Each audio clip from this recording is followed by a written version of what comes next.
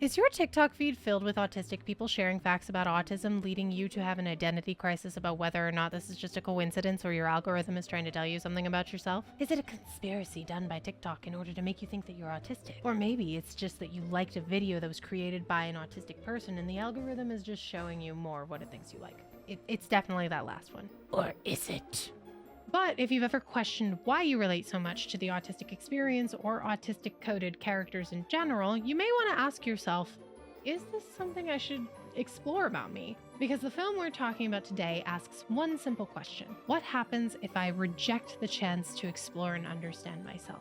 But before we get into all of that, let me introduce myself. My name is Rebecca, or Ricky Faith Quinn. I'm an autism advocate and a crisis counselor for survivors of sexual assault and domestic violence. I talk about all things autism and feminism in media, but do not be fooled by all of that smart-sounding talk because I am still, first and foremost, an autistic bimbo.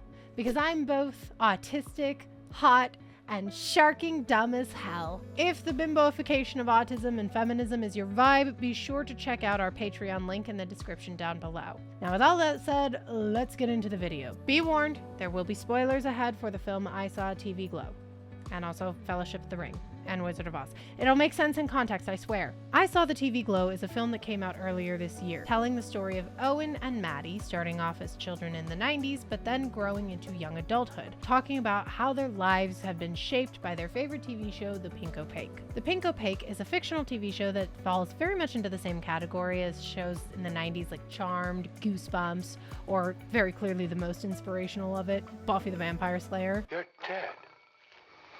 I may be dead, but I'm still pretty.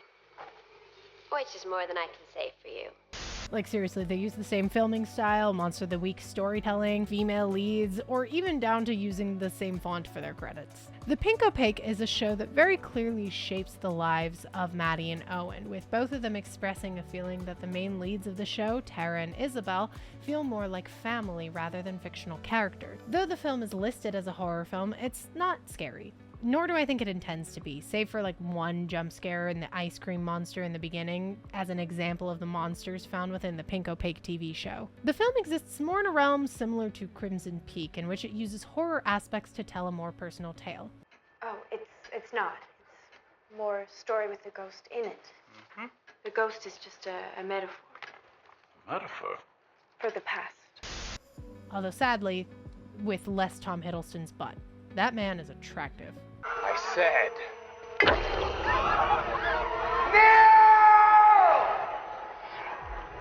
The movie is less of a horror film and more of an experimental coming-of-age story that uses horror atmosphere, in which there is a deep exploration of one's psyche through discoveries about the inner self, especially as it relates to gender exploration and sexuality. It is unique in the way it chooses to explore these things, where it both uses and almost refutes certain tropes and common story framings, something I'd like to explore individually as we get through the video. So, let's start off with an examination of the film's usage of media coding.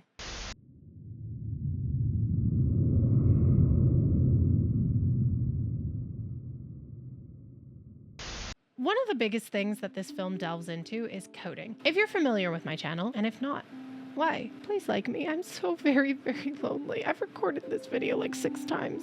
But if you are familiar with my channel, we've discussed coding at length, particularly autism coding. But for those who, don't love me, let's do a quick recap. Coding in media refers to attributing specific characteristics or traits as shorthands for specific identities in fictional media without actually having to state what those identities are. Intentional coding in media became prevalent during the implementation of the Hays Code from 1934 to 1968, which prohibited explicit depictions of homosexuality in film. So in order to get around this censorship, filmmakers would display queer characters through subtext only, laying the groundwork for a practice that would continue long after the Hays Code was gone and all the way into present-day media.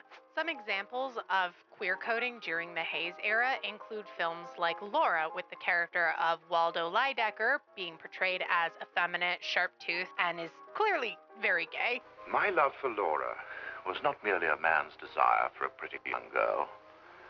I was a cold and egocentric man who amused himself by showering a naive child with treats and trinkets. or another being the relationship between Plato and Jim in Rebel Without a Cause. Plato's attachment to Jim is coded as a same-sex crush. It's warm. Here, my jacket. It's warm. Can I keep it? And famously, Some Like It Hot, which is attributed to Killing the Hays Code, a film starring Marilyn Monroe where two men dress up in drag in order to hide from people attempting to kill them. That's good. I'm gonna level with you. We can't get married at all. Why not? I'm a man. Well, nobody's perfect. For a deeper look into positive, neutral, or negative coding in media, be sure to check out our video on autism coding, found via the link right here. I sell autistic bimbo shirts for a reason. I Saw the TV Glow deals very heavily with several types of coding, including queer coding, autism coding, and most importantly, trans coding. The main character of Owen, played by Justice Smith, which honestly should have been a sign of autism coding in and of itself. I'm not questioning his neurodevelopmental status, but Justice, it's been too many times. You're a part of the community now, whether you're autistic or not. You don't need to insult me every time someone pisses you off. Owen, throughout his journey on the film, emphasizes that he feels that something is off about him, something that his parents can tell but not really identify, which makes him different or wrong. That stuff, it feels like someone took a shovel and dug out all of my insides, and I know there's nothing in there.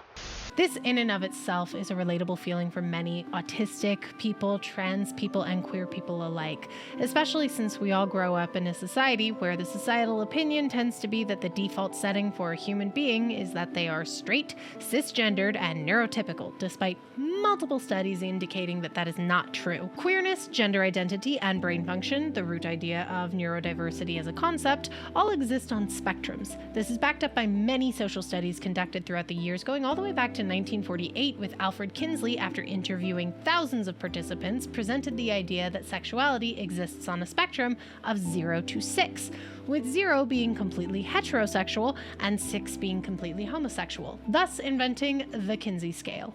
Brandon, just a couple hours ago, you told me you were Kinsey 6 gay. I got that V where you'd rather see a P. While there are criticisms of the scale's usage, particularly in its exclusivity of things like asexuality, this framework was still instrumental in developing the building blocks of how we understand human sexuality as a whole. A great many people line up somewhere in the middle. What makes you think that's true? Common sense. Remember, about a third of our heterosexual histories of homosexual acts, and vice versa.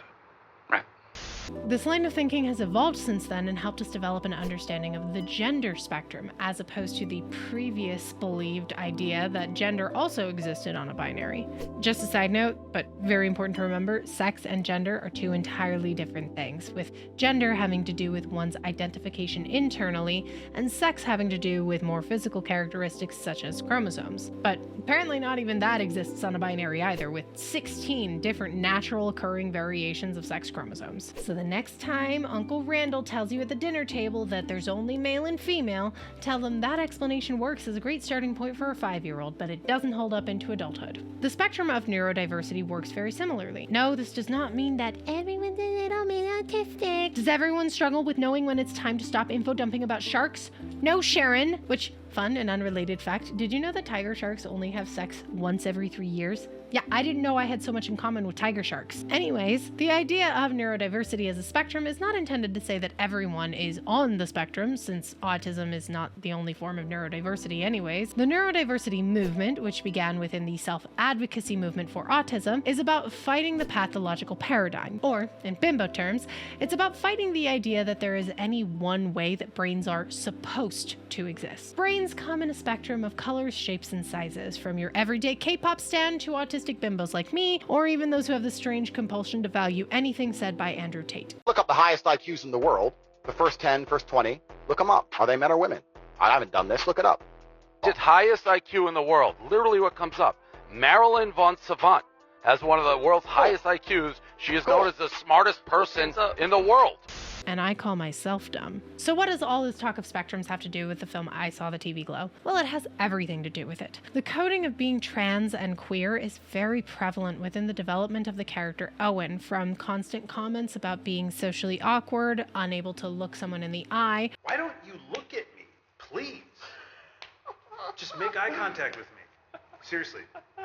Or his very unique and monotone voice being high indicators for autism. My mom passed away that next July, and a few weeks later, Maddie disappeared without a trace. All they found was her TV set burning in the backyard.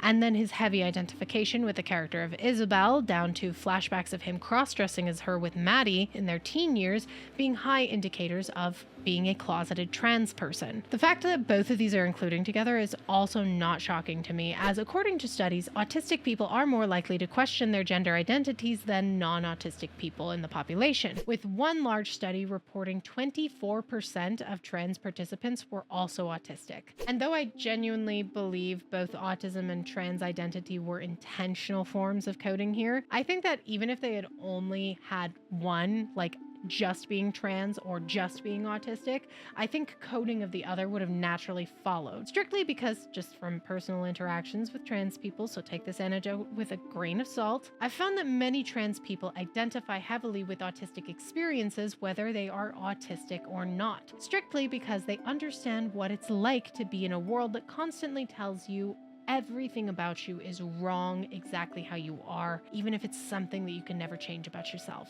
You can only accept it, or you can hide and reject it. Which brings me to my next point about the film.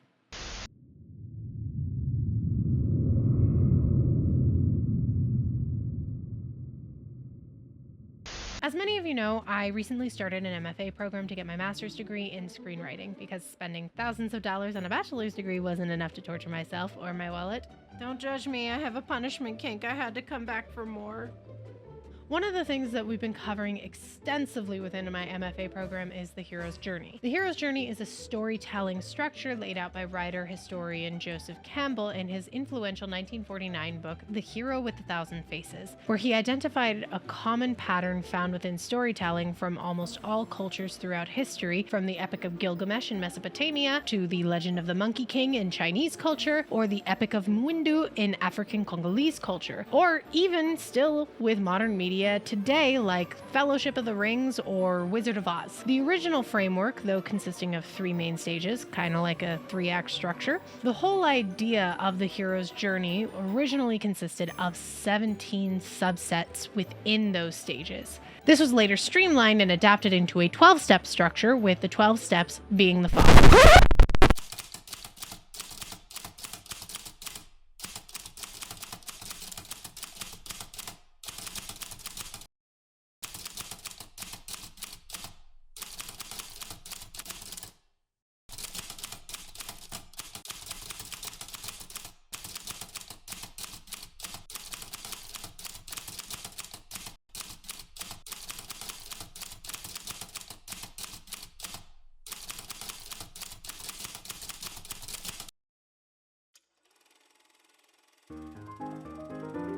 Setting up the world in which our characters exist. We have the Shire, we have Auntie M's farm.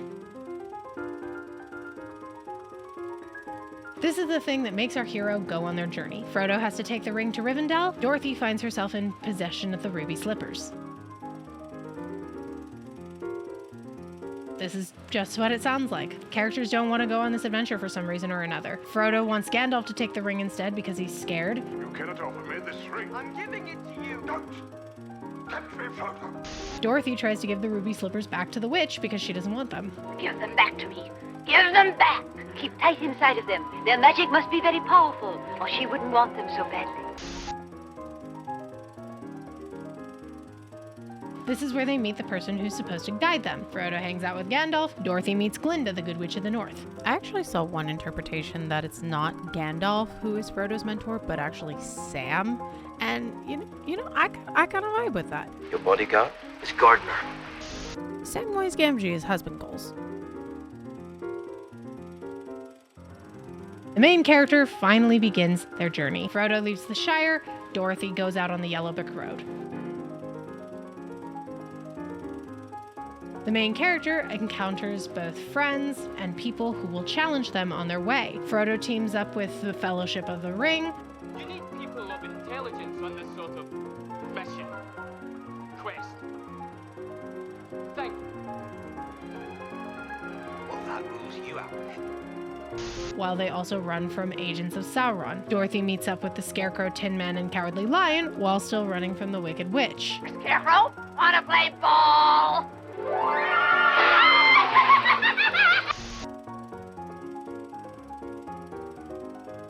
This is the hero's biggest challenge yet. Frodo and the Fellowship take the road to Moria and encounter the Balrog. I am sent to the secret fire, wielder of the flame of Arnor. Dark fire will not avail you. Flame of Udund!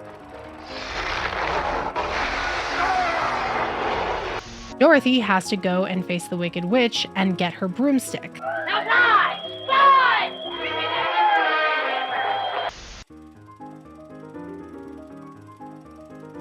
After facing the biggest ordeal yet, we're still not out of the woods. Frodo survived the Balrog, but he learns what will happen if he fails to defeat the ring. This task was appointed to you. And if you do not find a way, no one will. Dorothy returns to the Wizard of Oz only to find out that he won't help her even if she completed his task. So we'd like you to keep your promise to us, if you please, sir. Go away and come back tomorrow. Also, on an unrelated tangent, something that I noticed in my rewatch, just before Dorothy has her meeting with the wizard, the Wicked Witch of the West demands that Emerald City surrender Dorothy or die. Then the wizard immediately sends Dorothy on this fake-ass quest to go into the witch's castle and retrieve the broomstick. This man was literally just giving the witch what she wanted and surrendering a child to die. The wizard is a villain. You're a very bad man. The final hurdle is reached. The Uruk-hai catch up with Frodo, along with an enemy from within in Boromir giving in to the temptation of the ring. You'll take the ring to Sauron. Dorothy misses out on the hot air balloon, which was her only chance of getting home. Come back! Come back! Don't go without me! Please come back! I can't come back. I don't know how it works. This is basically where everything starts to wrap up. Frodo realizes that he doesn't have to do this alone. He has the support of the ever-loyal Samwise. Don't you leave him, Samwise Gamgee. And I don't mean to. I don't mean to. Dorothy realizes that she had the power to go home all along. Well, you've always had the power to go back to Kansas. I have. Then why didn't you tell her before? Because she wouldn't have believed me. So why did I just give you that long-winded explanation of what the hero's journey is? Also, upon editing this, I realized I only went through 10 of the 12 steps of the hero's journey. Don't judge me. I'm in an MFA program, I'm exhausted, and I recorded this video like 5 times. I'm not re-recording it. I'm an idiot. Most film and television follow the framework of the hero's journey whether they realize they're doing it or not. There is the occasional film that doesn't follow the hero's journey, especially with more experimental or non-linear film styles like Pulp Fiction, but these types of stories are usually pretty rare and they're hard to do, and even harder to do well. So when I watched I Saw the TV Glow for the first time, I had to watch it in 2 parts since my MFA schedule keeps me extremely busy, so I had to watch it between my classes. When I watched the first half of the film, I acknowledged to my classmate who had seen it that though I was enjoying the film, it definitely had some structural problems and it kept feeling like it was starting over and over again. It felt as though it starts out on the hero's journey with the ordinary world setup. We see Owen's interest in the pink opaque and Maddie's expertise with the show. It's a kid show, right? Technically, it's on the Young Adult Network, but it's way too scary and the mythology is way too complicated for most kids. We get the call to adventure. Maddie wants to run away from her abusive situation with her stepfather, and she wants Owen to go with her. You can't tell anyone we're leaving. Not your mom. Not anyone. Where will we go? We'll know when we get there. But of course, as explained through the hero's journey, he rejects the call to adventure and lets her run away on her own. Okay, slow down, honey. What? You can't let me go with her. I don't want to leave my home. But then it feels like the film almost starts again with a new establishment of an ordinary world.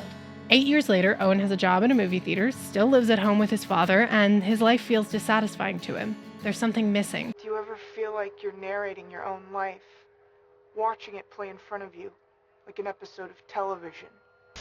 Something off about the way that he moves through the world through this endless monotony. Then, Maddie returns and explains to him that the reason he's feeling this is because the pink opaque is actually the real world, and the two of them are actually Tara and Maddie, who have been trapped in a false reality by the villain of the show, Mr. Melancholy.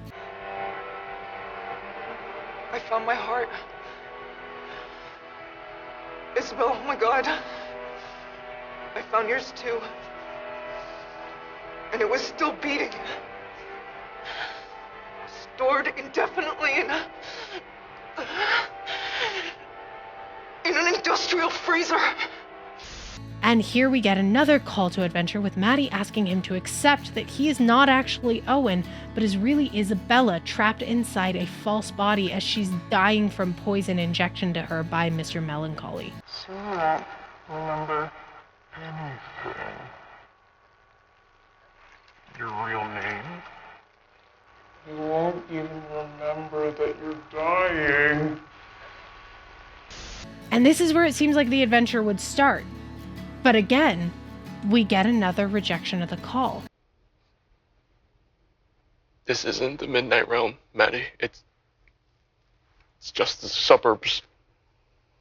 With Owen choosing not to take the opportunity to join Maddie in returning to the world of the pink opaque, thus trapping both of them in this false world forever. I kept waiting for her to show back up, but she never did.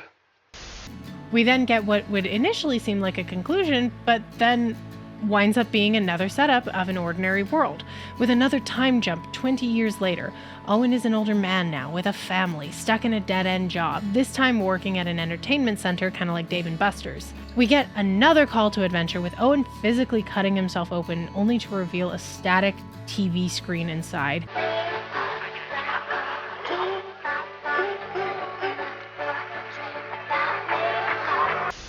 And we get our final rejection of the call, with Owen just going back to his day afterwards, excusing the whole thing as a response to a new medication. Sorry about before, just a new medication, I'm sorry.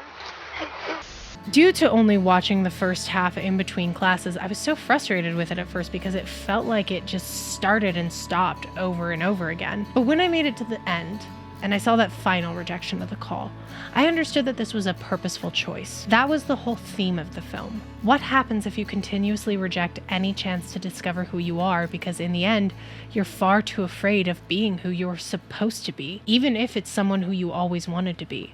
What happens when you actually get what you want? And what happens if you're too afraid to try? Well, the answer is, you decay inside. As the film goes on, in those final moments, we see the physical and mental toll the rejection of the pink opaque had on Owen's physical body and his mental health. He's living his life day to day, but he's only doing the bare minimum he needs to survive. He's not thriving, he's only surviving. He's watching the years pass on without him and his participation. And looking at him at the end of the film, there is no life in his eyes. He's dead inside. That scream at the birthday party is one from someone who is suffering so much, all because they've continuously rejected themselves. You need to help me!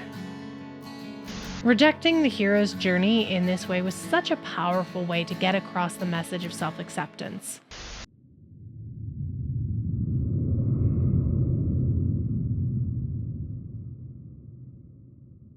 One of my favorite things about this film is that it's very much open to interpretation, and none of them are necessarily wrong. The pink opaque could be the real world, and Owen could actually be Isabel trapped in the body of someone she's not while she slowly dies because she was too afraid to return to her real world. Or there is another interpretation, where The Pink Opaque is nothing but a TV show, and Maddie is a poor girl suffering from mental health issues, trying to bring her friend into her delusions. I think that while I don't interpret the movie that way myself, I definitely think The Pink Opaque is the real world, especially with the multicasting of certain characters as both people in the real world and also villains in The Pink Opaque. Added on top of that, the disembodied static that continuously appears in the film, people's eerie non-reaction to Owen screaming for help, and Maddie's story of returning to the Pink Opaque world just feels far too specific to be written off as delusion to me. I mean, she even admits to crapping and peeing her pants in the story, and who would make something like that up about themselves? I tried and tried to claw my way out, but that burnout guy had packed the dirt in too tight, just like I'd asked him to do. But however, I do think that this interpretation of the Pink Opaque being false still works on a thematic level of what we discussed earlier about the theme of rejection of self-identify. Only this time, the rejection is coming from Maddie. Very early on, Maddie establishes that she is a lesbian and she has no desire for men. I like girls, you know that, right? I'm not into boys. And Owen establishes that he has very little romantic or sexual desire, preferring movies to people. Do you like girls? I think that I like TV shows.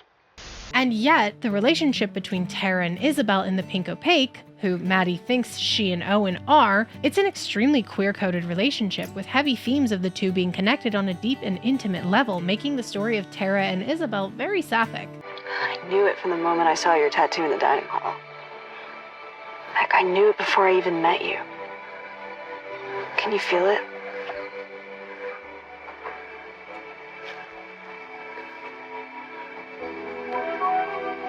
This is actually something that was confirmed in an interview with the film's writer-director, Jane Scobrin, where they explicitly told the actors who played Tara and Isabel that Tara and Isabel are sexually attracted to each other. Maddie and Owen have a very similar deep connection, being that in Maddie's mind, they are Tara and Isabel, meaning that in her mind, on some level, she may be feeling attraction to Owen, which might be such an affront to her and her identity as a lesbian that her psyche is searching for any reason why attraction is not a betrayal of her identity. And your signal. That signal that I used to be able to close my eyes and feel so vividly. It was nowhere. I can't be attracted to someone who's male presenting, so they must be secretly female. I did also see one interpretation of the film's messaging as a coming of age and rejection of the inner child. This was apparently evidenced by Owen rewatching The Pink Opaque after Maddie's final disappearance and finding it different than he remembers it. Whole thing felt cheesy and cheap, dated, and not scary at all. With it reading now more like an after-school special rather than a deeply impactful show that uses fantasy and horror techniques to tell a story of resilience about two girls. And in rejecting Maddie in the end, Owen rejects the impact that such a show had on his life and thus rejects his inner child. In the scene where Owen tears open his chest, this apparently shows his aching and agonizing desire to live in the world of his youth rather than the dull and monotonous life that he's been living for the last 25 years. Though I think that this is an interesting interpretation, I do heavily disagree with it, as it robs and inherently disregards the importance of queer coding Owen's relation to Isabel as an exploration of gender identity. The director and writer of the film, Jane Scobrin, stated that they wrote the film as an exploration of their childhood. Aside from shows like Buffy, which had explicit, openly queer relationships, Jane felt as though they had almost no representation as a queer youth that would help them understand and be able to express the emotions they were going through. So, though I value anyone's interpretation of the film, I do feel as though this particular one robs it of its authorial intent. However, not everyone is as obsessive in researching behind-the-scenes footage and interviews like I am. Some people have a life. So it's totally understandable that they may not have known about the filmmaker's intentions.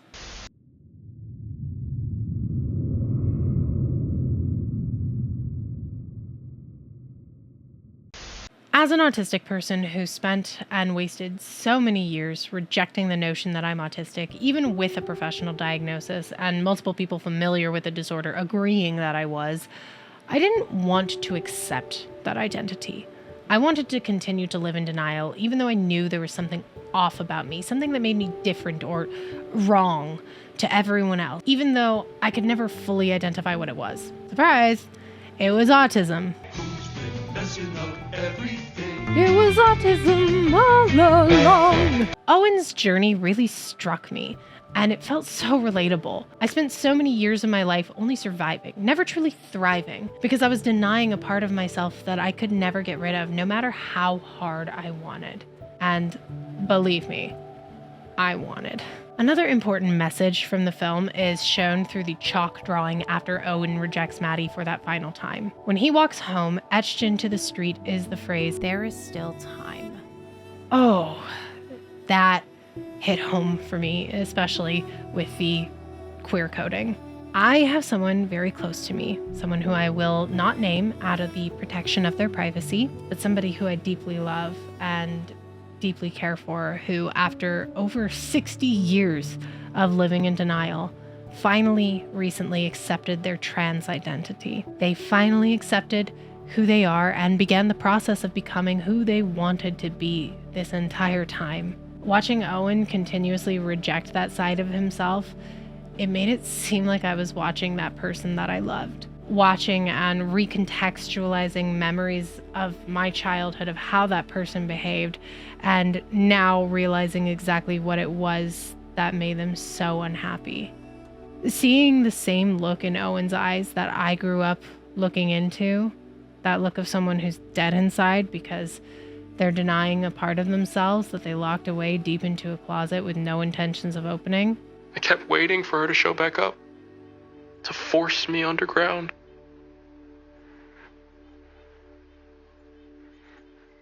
But she never did.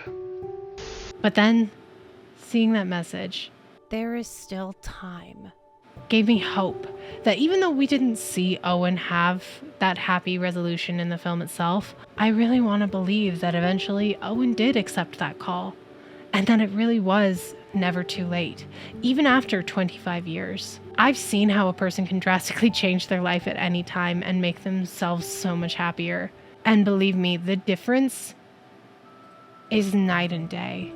I Saw the TV Glow was such a wonderful exploration of identity, with also just so many fun references to some of the shows that helped shape my own young adulthood, especially Buffy the Vampire Slayer, which I'm pretty sure was the true beginning of my journey into active feminism and also being annoying in every conversation because I won't shut up about film and television. I loved all of the Easter eggs I found about shows like that, and I loved the way Jane Scobran used those things to tell a story that could help trans, queer, and autistic people feel safe in this world, even in such a hard time like the one we're living in right now, where queerness is unfortunately still a threat to many.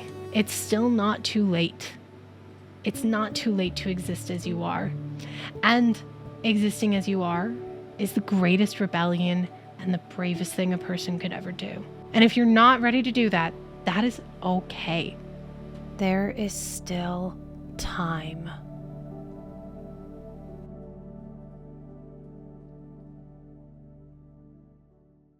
Hi there. Today's Patreon shoutout goes to Carl Skipper, the patron who requested that I talk about this film. Carl, I can't thank you enough for this request, because even though a lot of the times the requests that I get are for like really, really bad movies, occasionally I get some like this, which hit me so deep that I am like not shutting up about it for a week. I can't tell you how many times I brought this up in my class and my teachers are getting so sick of me. So thank you for allowing me to be annoying to everyone, not just the people on the internet. This film really means so much to me, and thank you for sharing it with me and giving me an opportunity to discuss my thoughts on it, because it was so impactful and such an important topic. If you would like to be the next patron shoutout or gain high priority for content requests, be sure to check out our Patreon or YouTube memberships via the links down below. MFA programs are not cheap, and I have a bimbo to feed. It's me. I'm the bimbo. If you can't afford to contribute, that's completely okay. Subscribing to the channel is completely free, as is commenting, which really helps boost us in the algorithm. Until then, I really hope to see you all in my next video.